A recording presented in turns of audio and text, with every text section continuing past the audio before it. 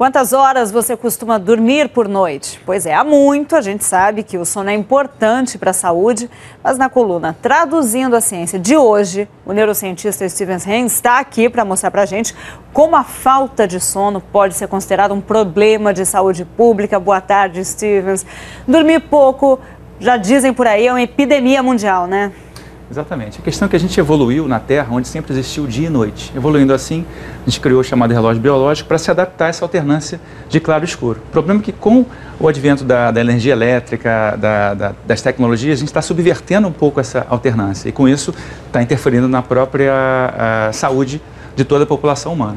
Se a gente for pensar, a gente dorme em média, quer dizer, um ser humano vai dormir 24 anos da vida, ele vai passar dormindo, né? Então, daí para a gente ver a importância do sono para a nossa vida. A gente já conversou aqui uma vez sobre aprendizado e memória, mas o sono também é importante para limpar o cérebro de resíduos que acabam se acumulando ao longo do dia, né? Então tem importância dormir, não é? Além de gostoso, né?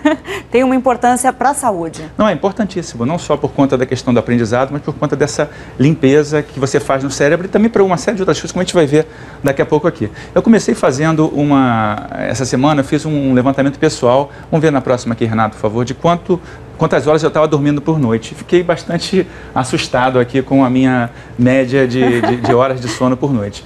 Em uma das noites eu bati 7 horas, só aqui na quinta-feira, o resto de toda essa semana eu dormi menos do que... Mas você tem um filho também, precisa explicar, né? Isso daqui é muito pouco, né? É muito pouco, mas na verdade, se a gente for ver, 65% da população mundial está dormindo em média 6 horas e 27 minutos. Vamos ver na próxima aqui o que acontece em algumas cidades do mundo, né? Que também é surpreendente.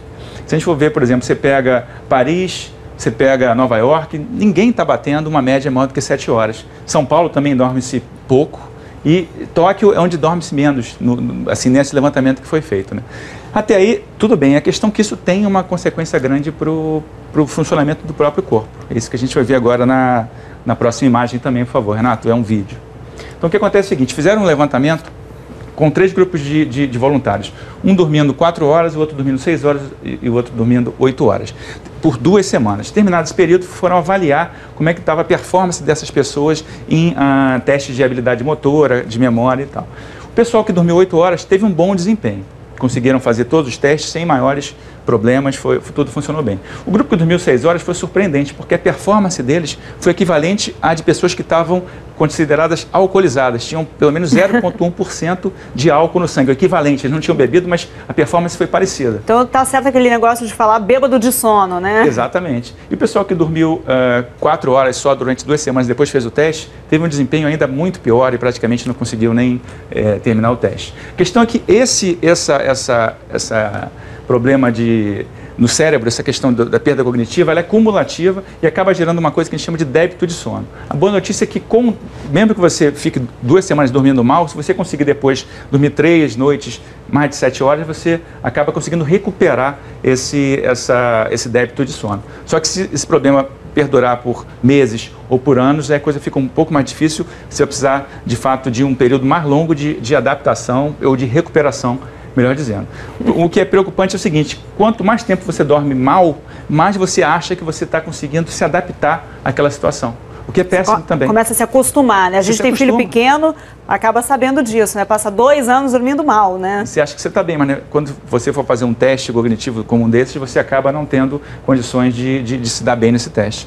Vamos ver a última aqui, que é só uma imagem que ilustra outras consequências nocivas da falta de sono, tá? Aqui a gente está comparando pessoas que dormem menos do que 7 horas por noite, por períodos longos, com pessoas que dormem mais do que 7 horas por noite com períodos longos.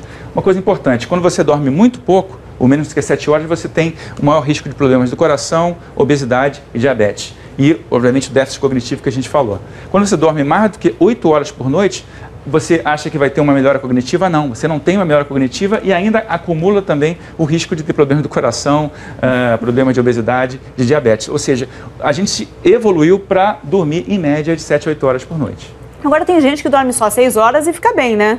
Como que explica isso? Então, essa é uma ótima questão. O que acontece é que existe uma mutação no gene chamado DSC2 e até o momento o que se imagina é que essas pessoas tenham essa mutação. E com isso elas conseguem, mesmo dormindo menos do que 6 horas, elas conseguem ter um sono mais restaurador, elas conseguem usufruir melhor daquele sono e se recuperar.